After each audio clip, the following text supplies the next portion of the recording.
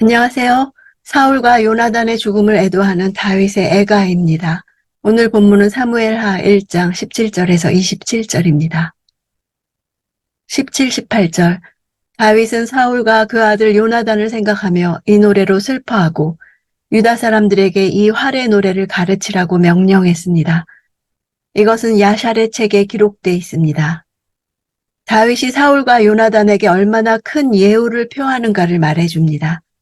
애가의 제목을 활의 노래라고 한 것은 사울과 요나단이 속했던 베냐민 지파가 활을 잘 쏘는 용사들로 소개되고 요나단의 활솜씨가 매우 뛰어났으며 사울이 활 쏘는 자에 의해 심하게 상처를 입었던 것을 볼 때 활은 그들의 용맹성을 드러냄과 동시에 그들의 죽음을 상징하고 있기 때문입니다. 본 시는 문학 장르상 장송시에 속해 있으나 사울과 요나단이라는 개인의 죽음만을 애도하는 데 그치지 않고 그 죽음을 여호와의 백성인 이스라엘의 관점에서 새롭게 해석한 것입니다. 즉 그들의 죽음만을 슬퍼하는 것이 아니라 그들의 용기와 명예를 부각시키면서 그들을 왕으로 삼았던 이스라엘 백성에게 자긍심을 심어주고 있습니다.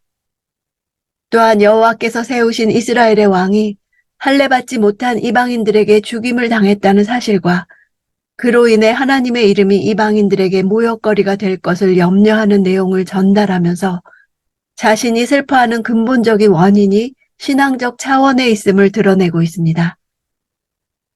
유다 사람들에게 가르쳤다는 것은 다윗의 왕권이 사울의 죽음 후 몇 년간은 확장되지 못하고 유다 족속에만 머물러 있었기 때문입니다. 19절 이스라엘아 너희 지도자들이 내 산 위에서 죽임을 당했다. 용사들이 쓰러져 버렸구나. 지도자들로 번역된 단어는 원문으로는 이 노래의 가장 앞에 나오며 단수로 되어 있습니다. 그 뜻은 들노루, 아름다움, 영광입니다. 당시 근동 사람들에게 들노루는 아름다움이나 영광을 상징합니다. 혹은 요나단의 별명이었다고 보기도 합니다. 단수로 시작해서 요나단의 영광만을 언급하는 것처럼 보이지만 용사들이라고 사울에 대한 경의도 표하고 있습니다. 여기서 산은 일반적으로 종교의식을 행하던 산당이 있는 높은 곳을 가리킵니다. 길보아 산을 가리키면서 이 단어로 표현한 것은 아마도 그곳에 산당이 있었기 때문일 것입니다. 사울과 요나단이 다른 장소가 아니라 여호와가 왕으로 계신 이스라엘에서 그것도 이스라엘 백성이 여호와를 만나는 장소인 산에서 죽임을 당했다는 비통함이 담겨 있습니다. 용사들이 쓰러져 버렸구나 하는 일종의 후렴구입니다. 이 문장의 반복은 시의 균형을 이루는 동시에 중심 주제를 드러냅니다. 20절 이 일을 가드에도 말하지 말고 아스글론 거리에서도 전하지 말라. 블레셋의 딸들이 즐거워할지 모른다. 할례받지 않은 사람들의 딸들이 기뻐할지 모른다. 사울과 요나단의 죽음이 블레셋 땅에 알려지지 않는 것은 현실적으로 불가능할 뿐 아니라 이미 블레셋 사람들은 그들의 죽음을 확인했습니다. 그럼에도 이런 말을 하는 것은 이스라엘의 수치가 결코 이방 블레셋에 전해져서는 안 된다는 다윗의 강한 열망을 나타내기 위함입니다.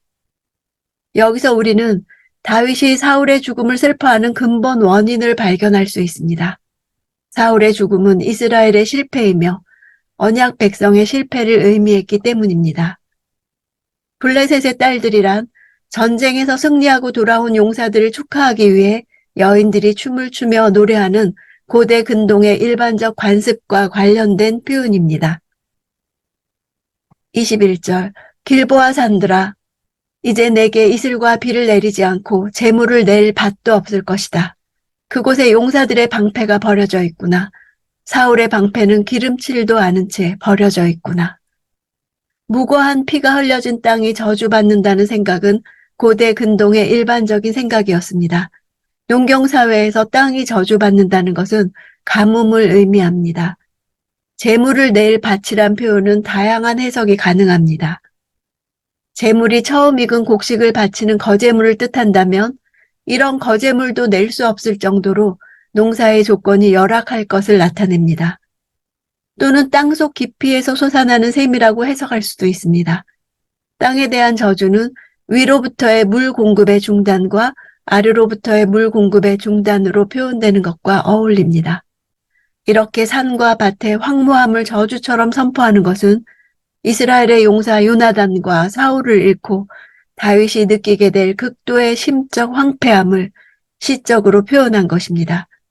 또한 이스라엘의 왕이 이방 블레셋에게 죽임을 당한 장소인 이 길보아 산이 차라리 황무지가 되어 과거의 치욕적 흔적이 사라지게 되길 바라는 시인의 간절한 소망을 담고 있다고도 볼 수 있습니다.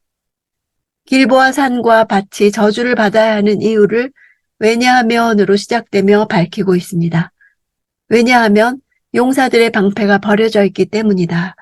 방패로 번역된 단어는 이 노래에서 여호와를 통한 구원을 상징하는 것으로 사용되었습니다. 방패가 버려졌다는 것은 블레셋과의 전투에서 사울과 요나단이 여호와의 도움을 받지 못함으로 죽음을 당할 수밖에 없었음을 암시합니다. 기름칠도 않았다 하는 단어는 전에는 발라졌는데 이제는 발라지지 않은 것이 아니라 기름이 한 번도 발라지지 않은 방패를 말하는 것입니다. 즉 사울이 화살을 맞게 된 것은 화살이 비껴가도록 방패에 기름을 한 번도 바르지 않았기 때문이라는 것입니다.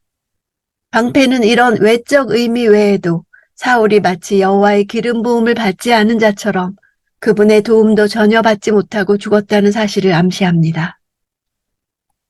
22절 죽임을 당한 사람들의 피에서 용사들의 기름에서 요나단의 활은 결코 되돌아오지 않았고 사울의 칼은 그냥 돌아오지 않았다. 피와 기름은 희생 제물을 대표하는 것들로서 그들의 전쟁 승리는 여호와께 드리는 향기로운 희생 제사와 같았음을 의미합니다. 그냥 돌아온다는 표현은 목표를 이루지 못한 모양을 가리킵니다. 사울과 요나단이 전쟁에서 목표를 이루지 못하고 두려움과 부끄러움 가운데 돌아온 적이 없음을 추억합니다. 23절 사울과 요나단은 그들이 살아서도 다정하고 좋아하더니 죽어서도 헤어지지 않는구나. 그들은 독수리보다 빨랐고 사자보다 강했다. 사실상 요나단과 사울의 관계는 다윗이 미화하고 있는 것처럼 다정하고 좋았던 것만은 아니었습니다. 요나단은 사울에게 죽임을 당할 위기를 맞기도 했습니다. 그러나 요나단은 아버지 사울을 끝까지 섬기며 떠나지 않았고 결국에는 사울과 함께 장렬한 죽음을 맞이했습니다. 다윗은 이러한 요나단의 숭고함에 무게를 두어 요나단과 사울의 관계를 함께 칭송하고 있습니다. 24절 이스라엘의 딸들아 사울을 위해 울라. 그는 너희를 자줏빛 좋은 옷으로 입혔고 너희 겉옷을 금장식으로 꾸며주지 않았느냐. 이스라엘의 딸들은 블레셋의 딸들과 대조를 이룹니다. 블레셋의 딸들은 사울의 죽음을 기뻐하겠지만 이스라엘의 딸들만은 그의 죽음에 대해 슬퍼할 것을 강조하고 있습니다. 자줏빛 옷은 왕이나 부유한 자를 상징하며 사울이 전쟁에서 승리한 후 전리품들을 풍성하게 안겨준 것을 뜻합니다. 금 장식 또한 값비싼 전리품을 나타내는 표현입니다. 여인들의 장식은 생필품이 아니라 사치품입니다. 여인들의 장식품에 대한 언급은 전사로서의 사울의 능력을 부각시킵니다. 25절 두 용사들이 저 전장에 쓰러졌구나. 요나단이 산 위에서 죽임당했구나. 애가의 첫 절이 단수였던 것을 생각하면 이 애가가 궁극적으로 노래하는 주인공이 요나단인 것을 여기에서 구체적으로 밝히고 있습니다. 26절 내 형제 요나단이여 내가 그대를 두고 슬퍼하니 그대는 내게 진정한 친구였기 때문이요. 나를 향한 그대의 사랑은 여인의 사랑보다 더욱 큰 것이었소. 슬퍼하다는 단어는 단순한 슬픔만이 아니라 자기를 항상 돌봐주고 용기를 심어주던 자가 갑자기 없어진 것으로 인한 공허함과 외로움까지도 포함합니다. 다윗에 대한 요나단의 사랑은 자신의 신분이나 장래의 일에 얽매이지 않고 생명처럼 사랑했던 것이었습니다. 이를 두고 여인의 사랑이라 함은 어머니, 아내까지 다 포함하는 것으로 자식을 향한 어머니의 사랑, 남편에 대한 아내의 사랑, 남녀 간의 사랑보다 더 절대적이고 헌신적이었다는 것을 나타내는 것입니다. 27절 용사들이 쓰러졌구나. 전쟁의 무기들도 사라졌구나. 용사들, 전쟁의 무기들은 사울과 요나단을 가리킵니다. 사울과 요나단의 죽음을 그동안 이방 세력들로부터 이스라엘을 보호했던 군사적 무기의 상실로 해석하고 있습니다.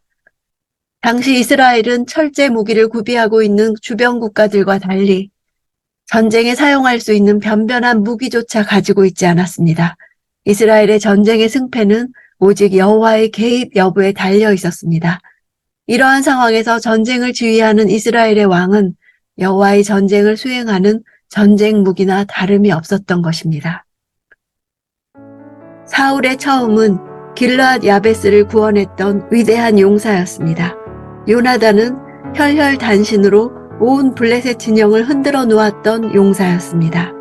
이 두 사람의 죽음을 노래하며 용사들이 쓰러졌구나 반복되는 후렴을 통해 이스라엘의 영화로운 과거와 수치스러운 현재를 대조하고 있습니다.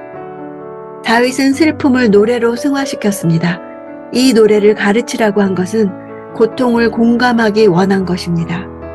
마음은 말로 표현되어야 합니다. 이 시대 많은 아픔과 슬픔에 대해 교회도 말로 표현하기 원합니다. 개인적인 아픔을 공동체가 공유해 준다면 큰 위로가 될 것입니다. 이미 끝나버린 상황들에 대해 누가 소망을 말할 수 있을까요? 우리 사회 곳곳의 슬픔에 대해 교회가 부르는 애가가 진정한 위로가 되기 원합니다.